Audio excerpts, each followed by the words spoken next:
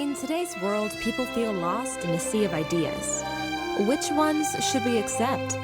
Stay tuned because you're listening to Veracity Hill, striving for truth on faith, politics, and society. Here is your host, Kurt Jarris. Well, a good day to you, and thanks for joining us here for another episode of Veracity Hill, where we are striving for truth on faith, politics, and society. A pleasure to be with you here in the office of Defenders Media in downtown West Chicago, Illinois, and we are on the countdown to episode 200. This is episode 196, leaving us with just a few more episodes to go to 200. We have some exciting guests and show topics coming up to that end.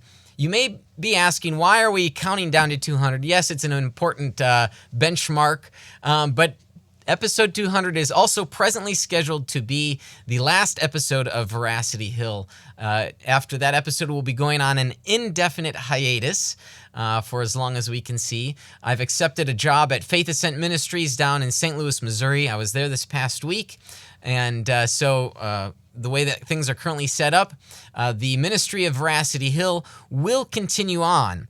How will it do so? Well, even if no new interviews are being recorded and broadcast, we have a treasure trove of interviews from the last 3 3/4 years. And we've got a lot of great content to comb through, go over, present, represent.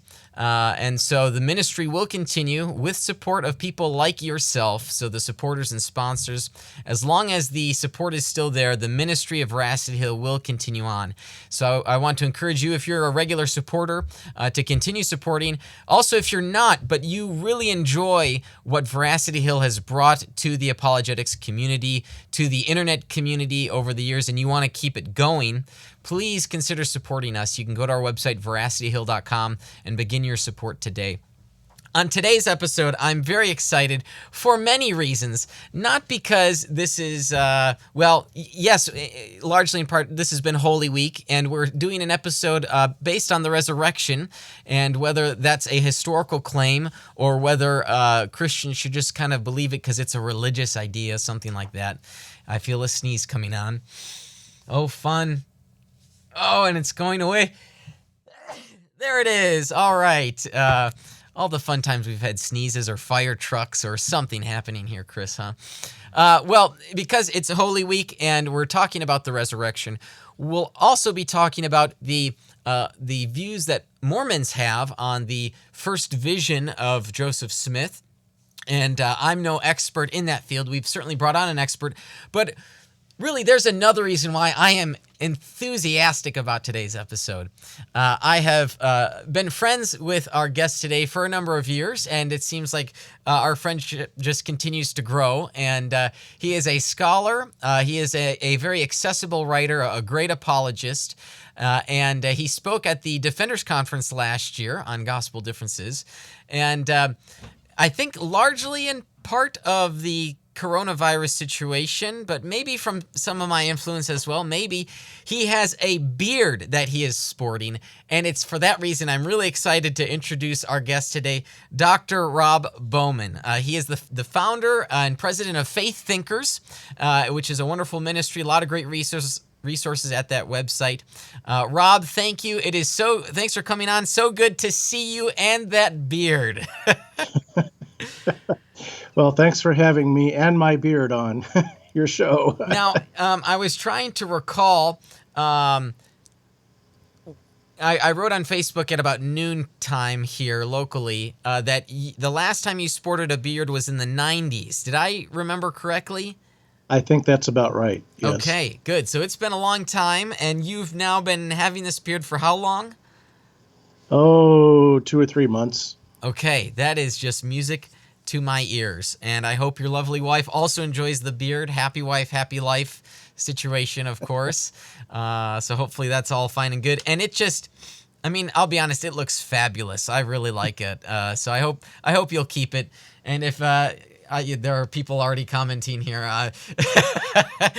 If I get rid of it, though, this episode will become even more valuable to you. it would actually, yeah. Maybe we'll just air it weekly, or we'll cut the segment, as a short clip, so people can continue to ask you about the beard.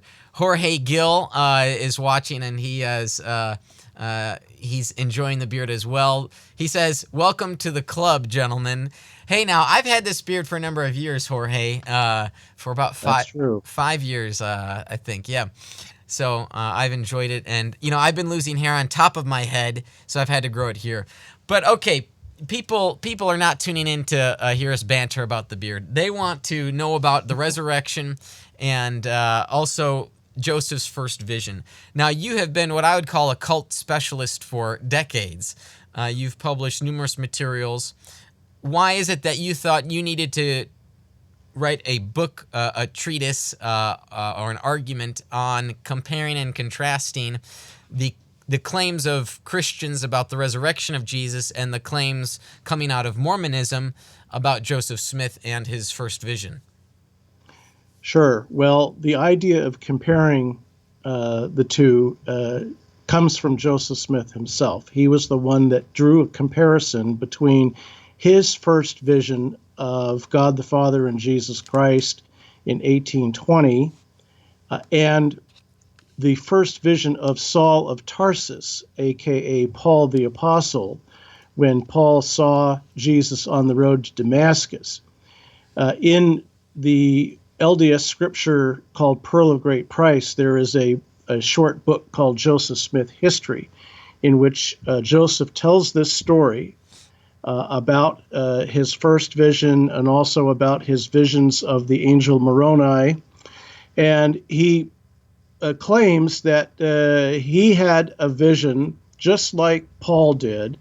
And like Paul, Joseph claimed, he was persecuted for telling people about having seen Jesus and the Father, although Paul didn't see the Father, just Jesus. So Joseph's vision's even better, you see, because he saw both of them.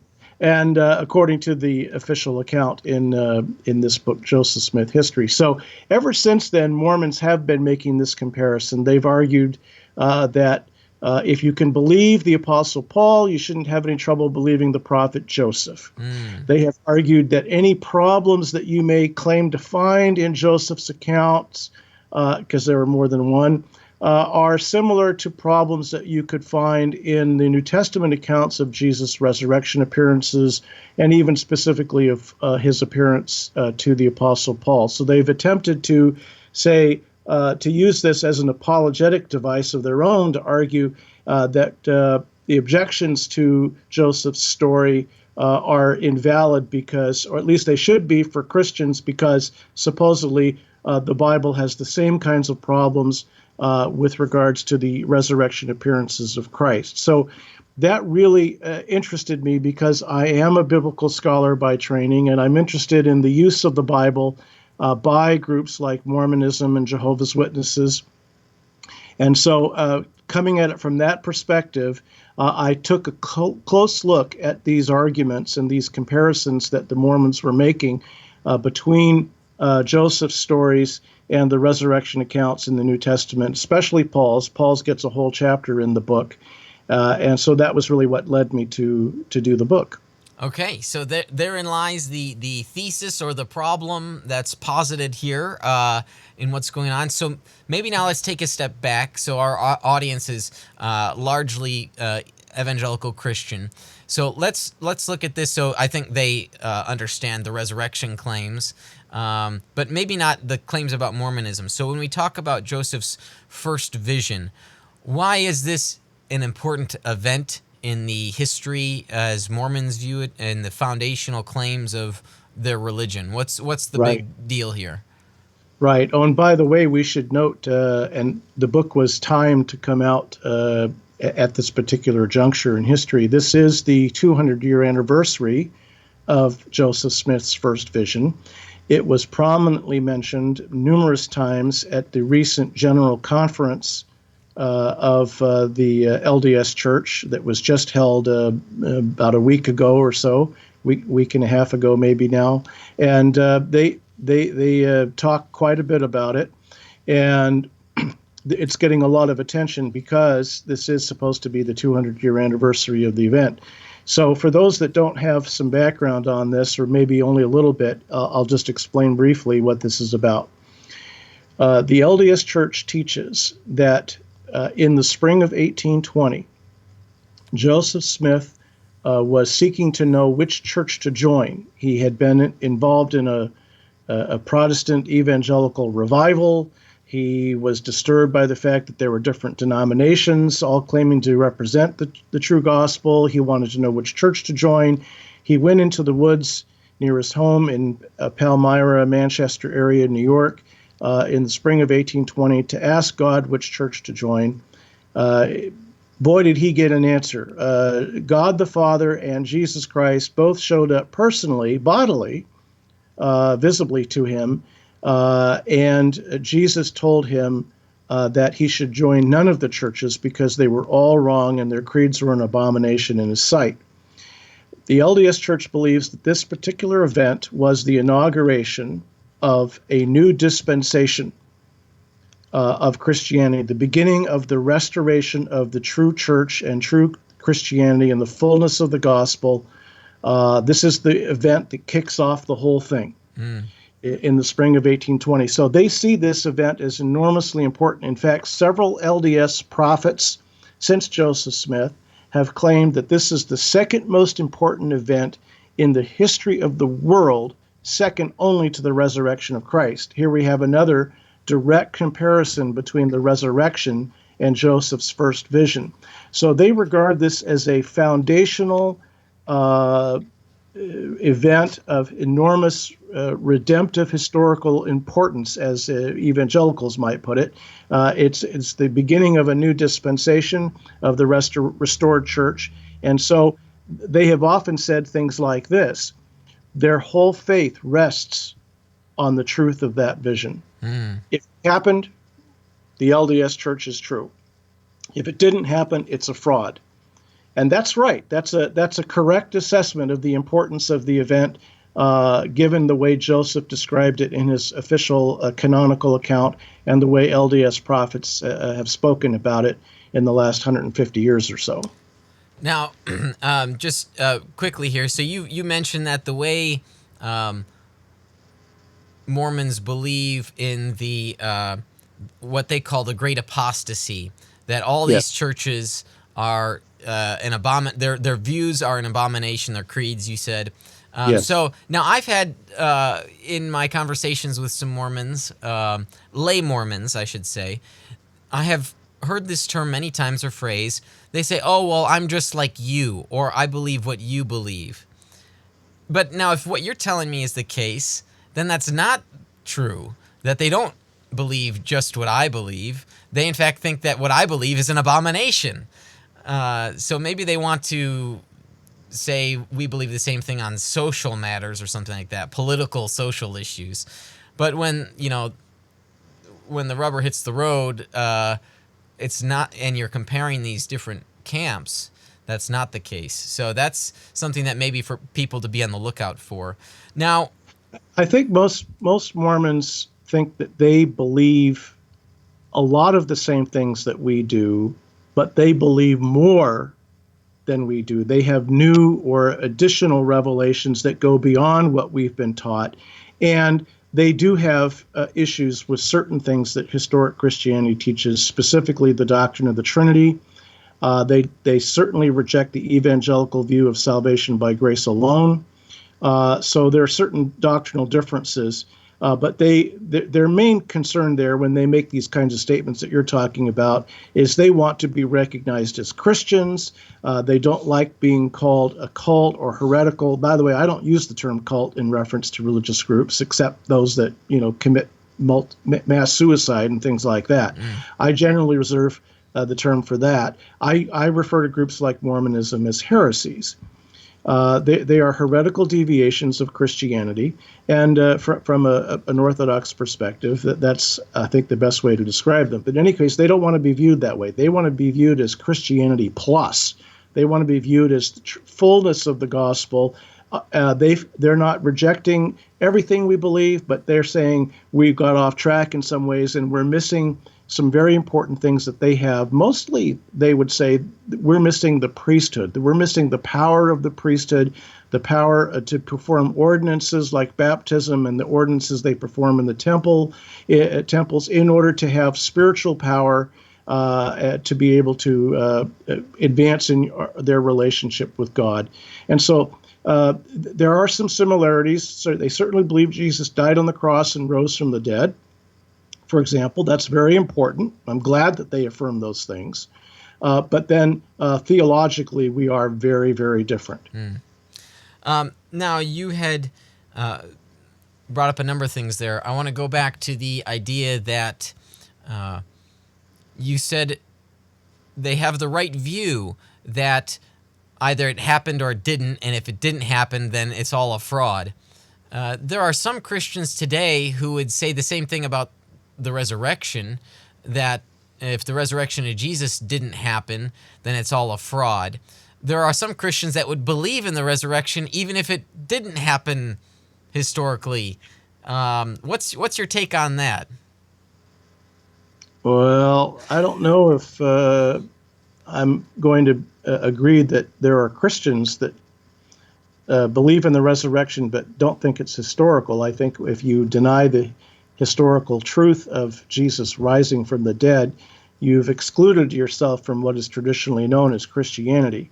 But yes, there's a liberal strain of Christianity that's represented by people like John Dominic Crossan and a number of other scholars that claims that they believe in Jesus, but they don't take the resurrection literally.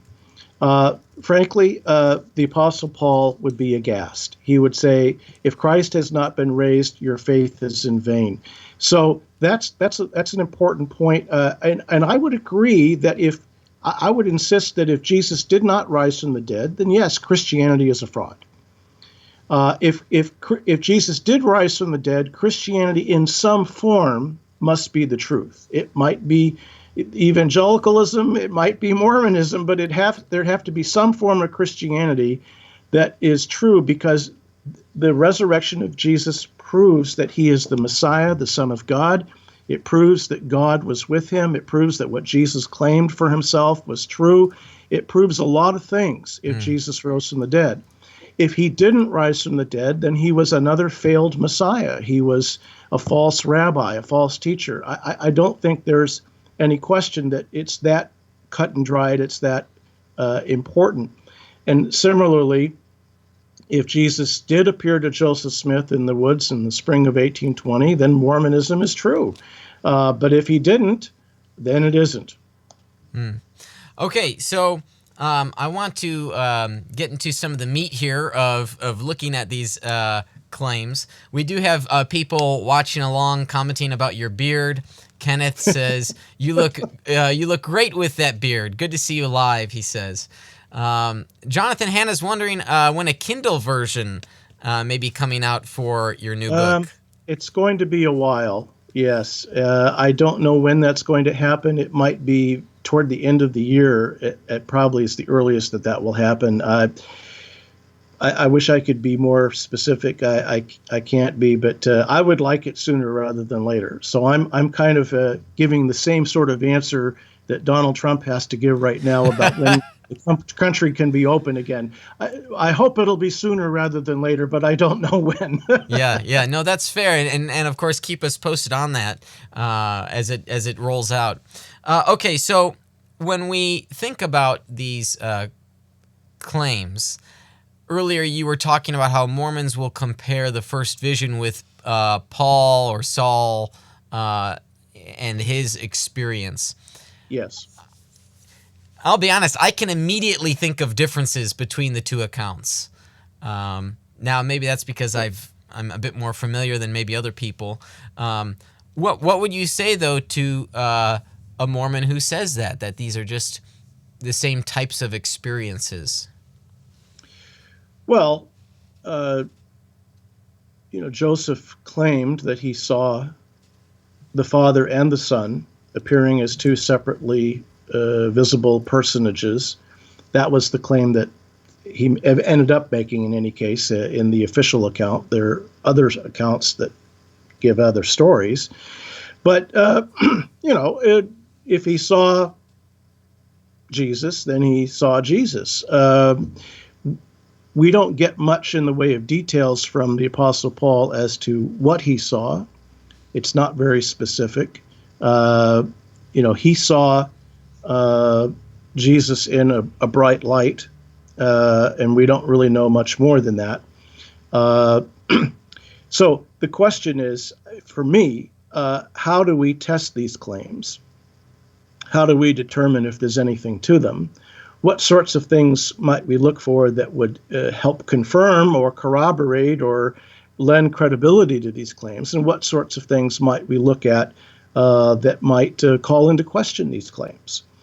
And what I try to do in the book is I try to take as even-handed approach as possible. In fact, I outlined the book so that there are parallel chapters dealing with these parallel stories, and I test them in the same ways. I use the same tools of historical critical research to look at both the resurrection accounts in the Gospels and Paul's resurrection experience in Acts, and then apply those same tools, those same critical methods to Joseph Smith's visions, both the first vision and the appearances of the angel Moroni, and then also the appearances of John the Baptist and Peter, James, and John that supposedly happened in 1829.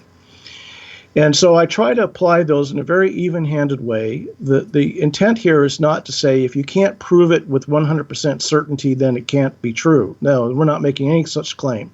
We're saying, let's see how far the historical method will take us in assessing how likely this is to be based on a genuine recollection, somebody telling us the truth of what he experienced, what he saw, what he heard, and let's apply that and see how far it takes us. What I argue in the book is that we have a strong historical case that the people who reported seeing the risen Christ, and it wasn't just Paul, that's one big difference right there, the people who reported seeing the risen Christ were telling us what they actually experienced. And they're not fibbing, and they're not making stuff up. And people aren't lying about them later on either. We're getting the true gist, at least, of the true story of what these people said that they saw and heard. In the case of Joseph Smith, I argue in the book that we have strong evidences to show that Joseph Smith was inventing at least major elements of his stories, and that the story that he told overall is not historically credible or reliable. Not because he's saying he had a vision, not because he's saying something supernatural happened to him. That's fine. If it did, it did. But rather, just looking at the evidence based on his own accounts and the accounts of his close associates and family members, and testing them based on what we know from external evidence, the same way we would do that in testing the resurrection claim in the New Testament. And what we find is there's really no problem accepting the historicity of the resurrection in the New Testament as long as you don't have an anti-supernatural bias. But there are serious problems with accepting Joseph Smith's claims. And that's the bottom. Now, if you want to believe that Joseph Smith told the truth against all the evidence, people can do that. But I'm simply looking at the evidence and saying, let's follow the evidence where it leads. And at the very least, the argument that I present in my book ought to take away the claim that Mormon apologists are making that if Christians can believe the New Testament accounts, they shouldn't have a problem with believing Joseph Smith. That is not a fair comparison at all. Okay, let me play devil's advocate here before we go to our break. Let's talk about the resurrection claims. As you are familiar with liberal scholarship, or what's typically understood as liberal scholarship, and even what, to a certain extent, some evangelical scholars believe, there is some theologizing going on in the Gospels to some extent. Some would say large extent. Why couldn't we think that, say, in John's gospel, when we have John telling us the story of Jesus meeting with Peter to sort of reinstate him. Is this really a experience Peter is having? Is this a historical conversation? Or is this maybe John, or as some would say, the Johannine community creating this story to make Peter appear more acceptable as the leader of the Christian sect? Right? You're familiar with something along these lines. Yeah. What would you say to something like that? Well, let's back up here, and I hope I can do this briefly enough with the time that we have. But there are a number of resurrection appearances that are reported in the Gospels, as well as in the book of Acts with the Apostle Paul. Some of these we can show very good reasons to accept them as historical, simply based on ordinary historical analysis of the accounts. Some of them we don't have enough information to say, yeah, we can show this is based on historical fact in and of itself. Some of them we have to say, if you accept the Gospels as historically reliable overall, then you're going to accept these accounts. But we can't provide independent testimony or independent evidence to support every single one of these accounts. So, for example, Paul's the only person that mentions the appearance to 500 in 1 Corinthians 15, verse 6. How would I go about proving or even substantiating that historically? That's the only reference to it. There are no details. It looks like Paul's telling us something based on fact, because he says many of those people are still alive, but some have died. Some have fallen asleep in death. So it looks like he's telling us something based on historical fact, but we don't have any way of directly corroborating that. However, other resurrection appearances, we have plenty of evidence to support their historicity, and Paul's included. So we have to take these on a case-by-case basis in terms of how much historical evidence or argumentation we can provide for each specific event. So it's a case-by-case basis, and I take the same approach with Joseph Smith's claims. Good. Let's leave it at that. We'll head to our break. When we come back, we're going to continue our conversation, comparing and contrasting the resurrection of Jesus and the first vision of Joseph Smith. We'll take some questions. We've got questions rolling in from some of our viewers. Also, we've got our traditional segments on the show coming up after the short break from our sponsors. You're listening to Veracity Hill, striving for truth on faith, politics, and society.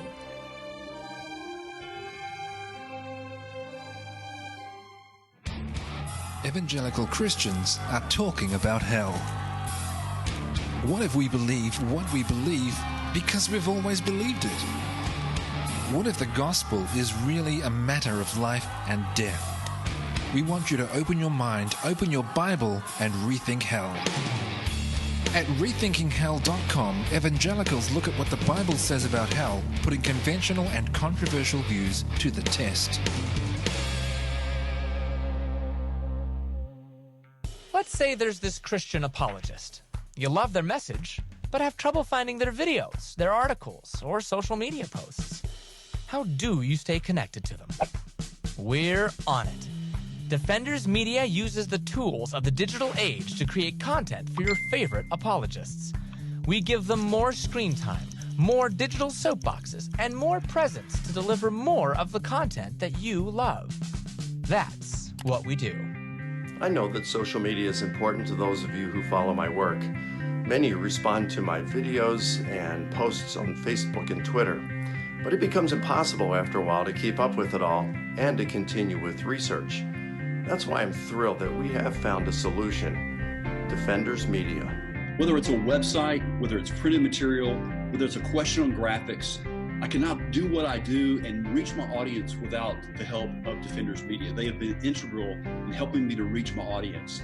Defenders Media ensures consistent content reaches your hand from today's leading apologists and apologetic ministries, like Mike Lycona, Apologetics 315, the Veracity Hill Podcast with Kurt Jarris, and more. To learn more, text the word Defenders to 555-888, and we'll send you a free PDF of the top 5 ways to share the gospel online.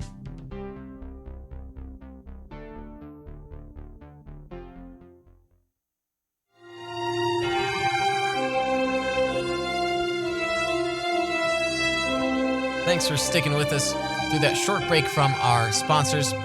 If you'd like to learn how you can become a sponsor, you can go to our website, veracityhill.com. There are different sponsorship levels. We'd love to get your help promoting your business, your organization, perhaps a book if you're an author, a school, a ministry. We'd love to get your support for the program.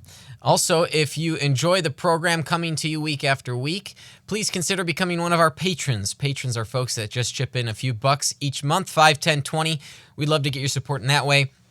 And also, if you enjoy the program, give us a review on iTunes or the Google Play Store or our Facebook page. It's a wonderful way for people who stumble across us in some form or fashion through a search, and they want to know what other people think about it, and we'd love to get your support for the program. So if you could give us a review, that would be great. Well, today we're talking about the resurrection of Jesus and the alleged first vision of Joseph Smith. Before we get back to our conversation, I believe we do have a segment, yes, of the extremely popular game, and it's called What's Behind Curve? That's 4 voices of Chris harmonizing together. Is that right? Yeah, okay. Yeah, attempting to. Attempting to, yes. All right. Glad to have Chris in the studio again. Yes. So the name of the game is What's Behind Curve. There's a green screen behind me, and so Chris could have all sorts of fun with it. From what I understand, typically it's the Veracity Hill banner behind me. And sometimes when I go picture in picture, it's like it's the sun, so people think it's like the angelic Kurt because it looks like a halo. Funny how that kind of worked out. I don't know if you did that intentionally or if it was... It was not. It was all divine providence. Look at that. All right. So we have an image now behind me, and I don't know what it is. And so I've got to put 3 minutes on my... 3 minutes on the clock. 3 minutes on the clock. We determined 3 minutes was good. I have 15 questions I'm able to ask. And they are yes or no. It's like, a game of 20 questions. But I only have 15 questions with which to work. Therein lies the challenge. I've done better of late compared to the start. But so maybe I've had, 4 or 5 successes? I think so. Something like that. Yeah. Okay, so I've got the stopwatch here. And, okay, I'm ready. You ready, Chris? I'm ready to go. Okay, here we go. Is it a person? No. Is it a place? No. Is it an object? Yes. Is this something you buy at a store? Yes. By the way, folks, the object is one of the hardest categories to guess because it's just so broad. Okay, you buy it at a store.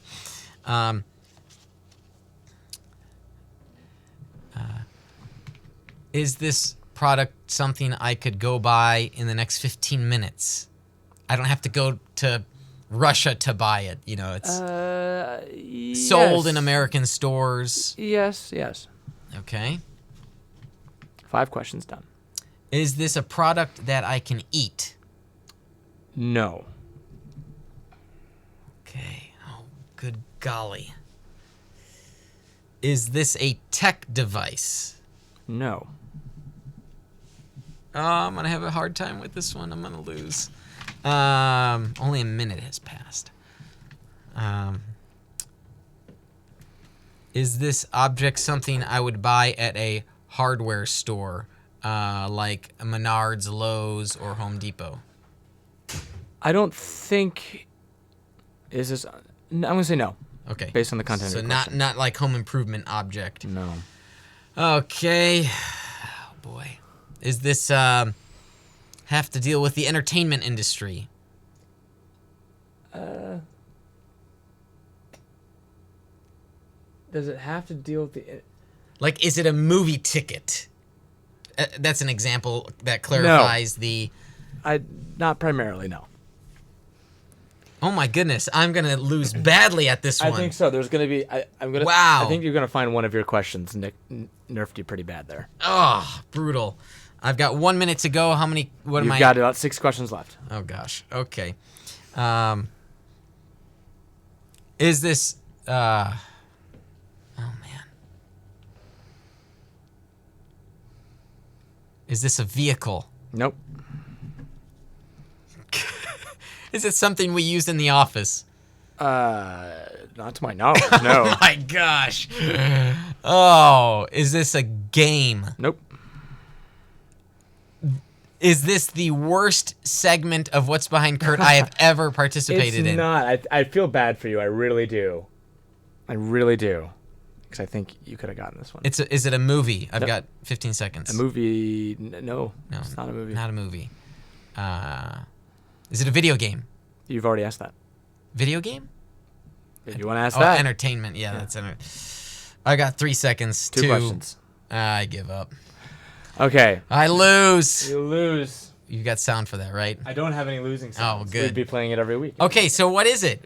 So you asked earlier, is it an object you can eat? The answer is no, but it is an object you can drink. That is the qualifier, which is why I felt really bad for you, because your question was so specific, I had to say no. Brutal. I should Yeah. have asked something you ingest. It's a drink. Don't tell me it's Dr. Pepper for It's not. We've already done that one. Yeah, that's right. Yeah. Yeah. It's not. What is behind you is a few bottles of Corona. Okay. Oh, I get it. Corona. Oh, funny. Well, a bummer that I didn't get this week. So I was stumped. For viewers that are watching, if you want to stump me next week, submit an image to chris@defendersmedia.com is the email address. chris@defendersmedia.com. Give us an answer and a description as well. And hopefully I'll get it right next week and we can play the victory I feel like music. you could have gotten this one. That victory music is so patriotic. It really is. It's kind of fun. What's the it's not the proper categorization. I don't know, old-timey newsreel or something wartime like that. reel? Yes, yes. Okay, good. All right, well, let's get back to our guest today. I see we do have questions from viewers. We will get to those questions towards the end of the program. Rob, I can't remember. You are, I think, a third-time guest on the program here, which averages out to about once a year. I can't remember if we've done rapid questions with you. It sounds vaguely familiar. But if it has just been too long anyway, we do have some updated questions. So why don't we give this a go? It's 60 seconds, and so we'll get to know a little bit more about you. I'll try to ask some of the newer questions as well. So if you are ready, I will start the game clock. Okay. All right, here we go. Are you a morning person or a night owl? Night owl. What is your favorite board game? Risk. What's your favorite pizza topping? Pepperoni. What is your favorite season? Summer. One item you would need on a deserted island. A Bible. Do you have a hidden talent? I used to sing. Pick a fictional character you'd like to meet. Captain Kirk. If you had to sing karaoke, what song would you pick? Climb every mountain. If you were on death row, what would be your final meal? Spaghetti and meatballs. What kind of music is playing on your radio these days? Classical. Okay, very nice. Good, well done for that round of rapid questions. And Chris, can you confirm for me? I thought I did a good job asking some of the not so common questions there. Yeah.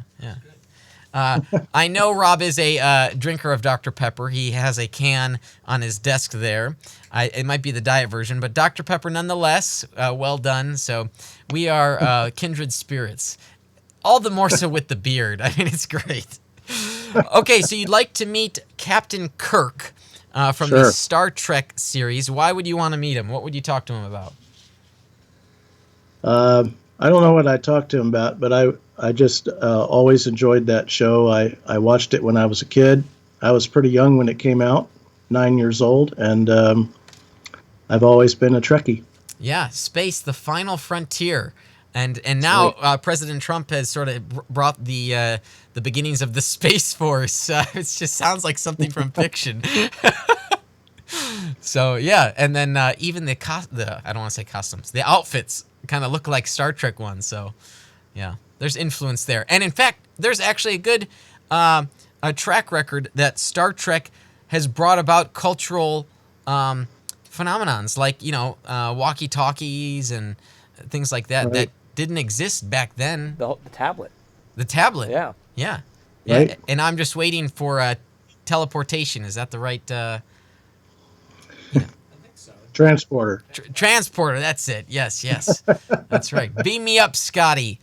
Okay. All right. Why don't we take a couple questions here from some of our viewers? Then we'll jump back to our discussion, Rob. Dan asks a very relevant question here. He says, how did you become interested in Mormonism and or tackling this particular topic? Well, I was familiar with a variety of religions that profess to be the true restored Christianity in the last, couple hundred years. And one of these was the LDS Church, popularly known as Mormonism. And what really interested me in these groups, in every case, what really interested me was their use of the Bible, their interpretations of the Bible, what they said about the Bible, if they had revelations or materials in addition to the Bible that were said to be the keys to properly understanding the Bible. And so as a biblical scholar, this is what really interested me in these groups. And in fact, my PhD dissertation was on the Sermon on the Mount in the Book of Mormon. So this is really what's interested me in these groups all along for the past 40 years. And it's continuing to be my interest now, which is why this particular book takes the approach that it does of comparing the New Testament accounts of Jesus' resurrection appearances with Joseph Smith's visions. Now, you said popularly known as Mormonism. There has been some news in the past, 6 months maybe, is that right? About the attempt for the LDS Church to move away from that label. Give us the background here. Why do they want to move away from being called Mormons? Well, it was always a nickname, and they didn't particularly like it, but they, dealt with it. And then about, I don't know the exact chronology here, 10 years ago or so, they had a public relations campaign called I'm a Mormon.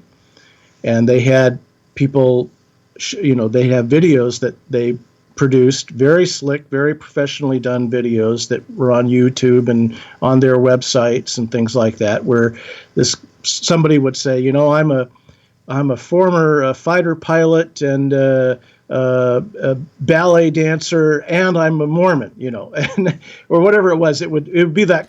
Like, I recall that campaign. Amazing person, Yeah. And then they'd say they were Mormon. So it was a public relations campaign, and it was very, very successful, I would say. But then when the new president of the LDS Church came into office after the previous one had passed away, one of the very first things he did was to announce that he was putting his foot down about this. We weren't going to use the term Mormon anymore. He didn't want the media to use it. He didn't want anybody to use it. He certainly didn't want it being used by members of the church. There were a few contexts in which it was unavoidable and they couldn't remove it. But people had to change the names of their periodicals and their Facebook pages, and they had to change. They had a website. It was Mormon.org, and that's being phased out. They've been trying to tell people that when you refer to our religion, you have to refer to us as the Church of Jesus Christ of Latter-day Saints, and if that's too long, just call us the Church of Jesus Christ. That's not gonna fly. That's not going to fly. So, I used to be very careful about not using the term Mormon very much, because I tried to be respectful of, the fact that they prefer to call themselves Latter-day Saints. Well, they don't even want you using LDS now. And I'm not going to say the Church of Jesus Christ. I'm not going to write out the Church of Jesus Christ of Latter-day Saints every time I want to refer to your religion. The term Mormon is a perfectly good shorthand term. Everybody knows what it means. You used to use it, liberally yourself and promote it. So I'm done playing the semantic game here, and I go back and forth between LDS, And Mormon, etc., depending on the context, and I don't worry about it anymore because it's just a little. It's sort of a faked outrage now. If you use the term Mormon, Mormons will get very upset and say, "That's not what we are." And look, get over it. Methodists didn't come up with the name Methodist. That was a nickname. It stuck. They got used to it. Same thing for Baptists, and the same thing for Mormons. I just don't think it's a big deal, and I don't want to be distracted by the terminology. I want to get down to what is it that the LDS Church teaches, and is it historically reliable, and is it biblical? Good. I think that's a great explanation, and yet a defense of the position that you've taken on that, and I'm fully supportive of that. Recently attended an event, dialogue between a Christian, my friend David Montoya, and one of the leaders of the Mormon Church, their educational sector, and that was brought up in the dialogue, was on the terminology and the label that should be used. And yeah, I agree with you. I think it's just kind of odd to require of people to refer to someone as the Church of Jesus Christ of Latter-day Saints. That's long-winded, long-written. We have these nicknames, and they don't have to have bad baggage. They can be a useful term to refer to a group of people and their beliefs. Okay. Sometimes when I'm writing online, I'll just say the COJCLOLDS. Yeah, even the acronym is long, which kind of defeats the whole purpose. All right, let's jump back. We do have a couple more questions. We'll get to those. Getting back to the book here, Jesus' Resurrection and Joseph's Visions, Examining the Foundations of Christianity and Mormonism. We'll be sure to put a link to purchase that at our website for this episode.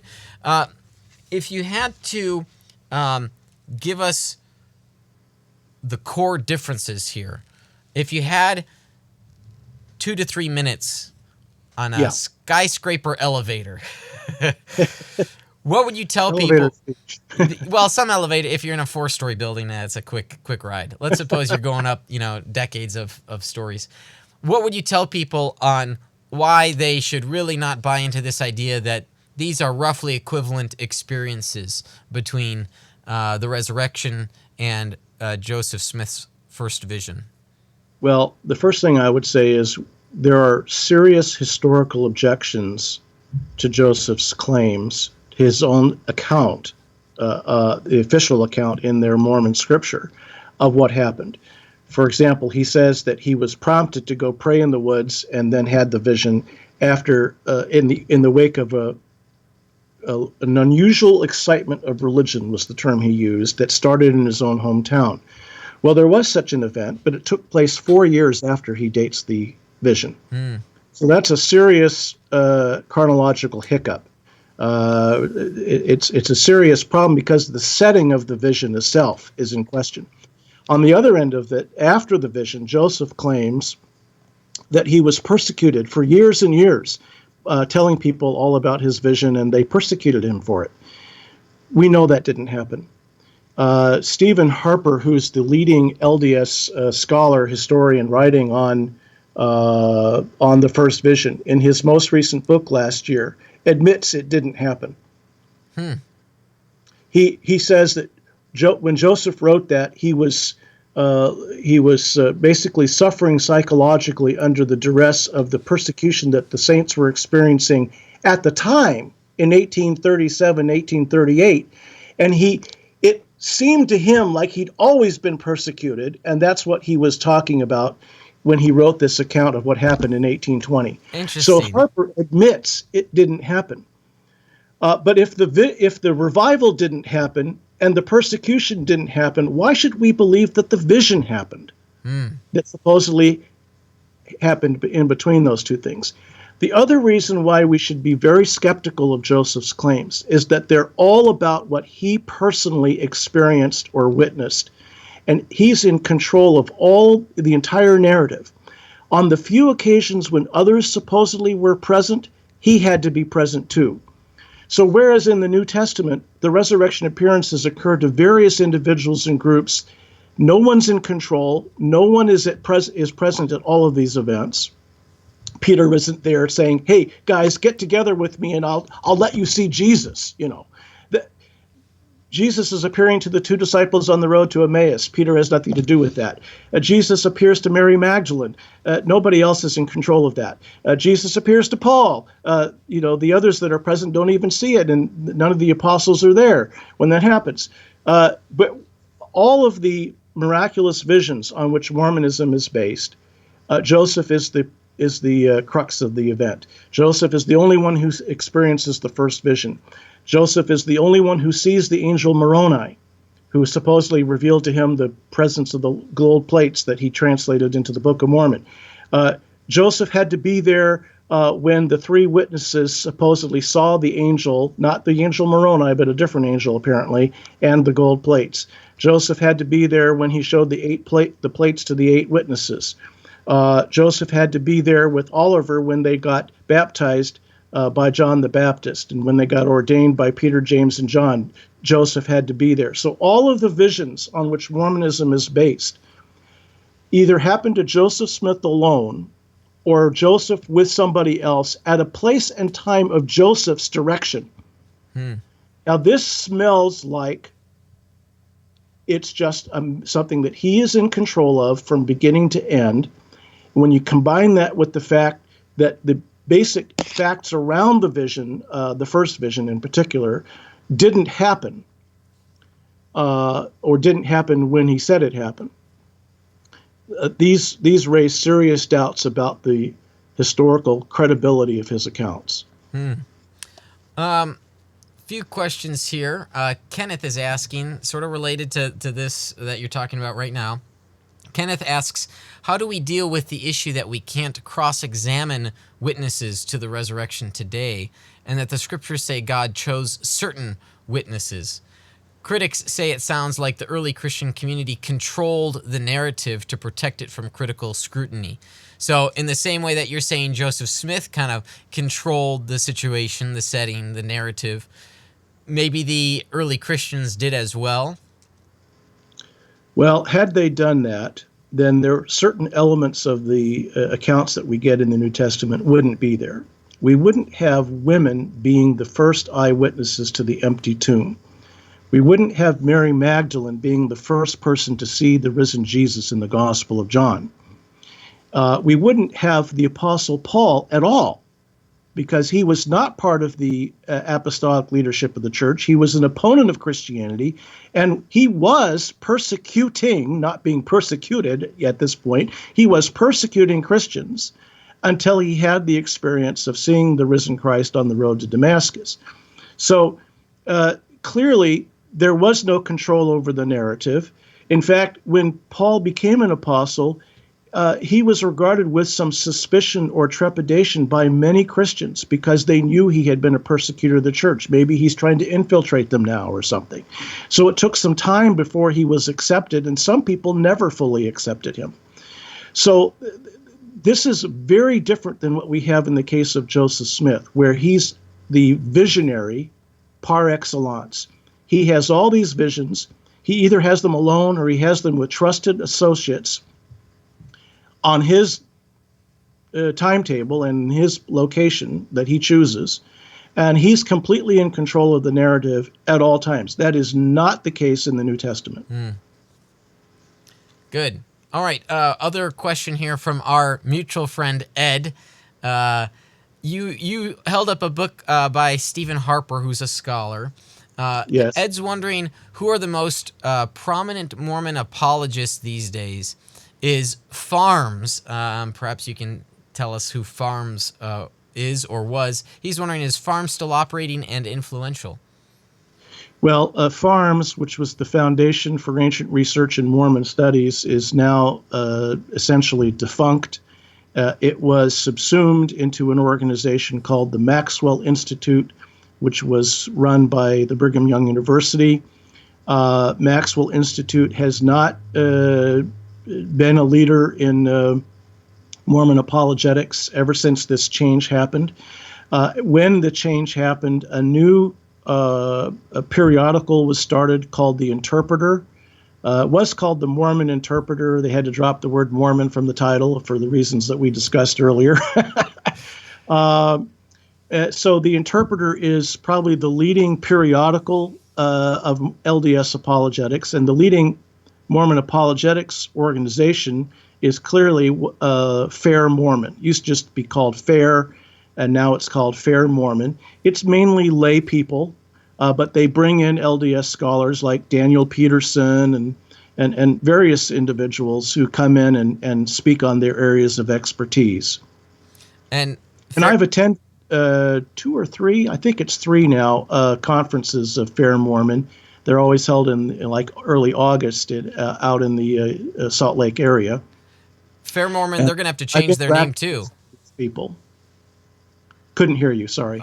Fair Mormon, they're going to have to change their name as well. And they haven't done that yet. I don't know what they're going to do, yeah. Interesting. Yeah, maybe they'll change it to Fair LDS. Right, or Fair COJCOLDS. Yeah. Okay, we've got, let's just take maybe one more question here. It deals about your book with Ed. You've got an update coming out on that, an updated second edition, putting Jesus in his place. What's the timeline on that, and what's the purpose? Why come out with a second edition? Well, we're doing a second edition of Putting Jesus in His Place, The Case for the Deity of Christ. It was published in 2007. That's a long time ago now. Since then, there's been an explosion of literature on the subject of the deity of Christ, much of it augmenting and advancing the case. And so we want to reflect some of that good literature that's available, some of the good studies that have been done that augment the case. There's also been quite an outpouring of literature attempting to debunk the case from various perspectives. And so we want to give attention to that. There's been a burgeoning of the Unitarian movement in the last 10 years. Unitarianism is becoming a much bigger thing than it was. Respond to very directly is Bart Ehrman's book, How Jesus Became God, in which he argues that the belief in the deity of Christ kind of evolved in the first century from something like more of a Unitarian view to something like the incarnational view. So we're going to address some of Ehrman's arguments that are in that book, and as well as interacting with other critics of the Orthodox view of Christ's deity. All right, you've written a book here with arguments. You've presented some strong points, but tell me, Rob, for Mormons to analyze arguments, does that really fall in line with their epistemology, a big term referring to what people know, dealing with knowledge? What about this whole burning of the bosom experience? Isn't that really the way that they know Mormonism is true, and there's really no arguments that one could present to change their mind? Well, as I explain in the book, when a Mormon uses arguments like, see, the Apostle Paul had an experience like Joseph's, and there are similar issues in the accounts in Acts of Paul's conversion experience to the problems in Joseph's accounts. Once they start doing that, they have moved on to the playing field of rational argumentation. They are attempting to use argument to defend Mormonism. You can't do that and then beat a hasty retreat every time somebody offers a response. You've got to, unless you want to look silly. And so what I try to do in the book is, for those that want to think through the issues rationally, who want to engage the issues in a serious manner, here it is. If you don't want to do it, you don't have to. If a Mormon wants to say, look, I admit I can't provide any kind of defense of what I believe that's a rational belief. I just believe it because it's in my heart. I just know it's true, but I'm not going to try to provide any kind of historical arguments. I'm not going to try to use Paul as an example to try to prove anything. I'm just going to say, find out it for yourself, pray and ask of God if it's true. And that's the only thing. Okay, fine. That's your position. But once they start using these kinds of arguments, once they try, the Book of Mormon Central, which is another apologetics organization of Mormonism, Book of Mormon Central just did a 20-part series of blog posts defending the historicity, the authenticity of the first vision using arguments. So, and I'm working on a response to that. Well, if you're going to do that, then stick to your guns and make your case. And if your case doesn't hold up, admit it. That's what I would say. Wonderful. Great. Rob Bowman, thank you so much for joining us on the program today. And for people that want to go find out more about you and find your research and your writings, they can go to faiththinkers.org. Also, let me mention, we brought you on in the past to talk about Faith Thinkers, 30 Christian Apologists You Should Know, a great little resource, devotional level in terms of time commitment, wonderful chance. And we've got other books of yours here in the office as well, but it's far beyond my reach at this point. Always a pleasure to have you on, and so wonderful to see you and that beard, especially together. Good to be with you. Thank you. Thanks, Rob. Okay, well, that does it for the program today. We've got some great guests coming up here on our countdown to episode 200. I'm excited, and especially for our guests for episode 200, some great subjects as well. Soon enough, we'll be looking at some of the textual concerns maybe about the Bible, maybe misconceptions or myths and mistakes. So some people in the apologetics community are familiar with a popular book that's come out in the past year on that subject matter.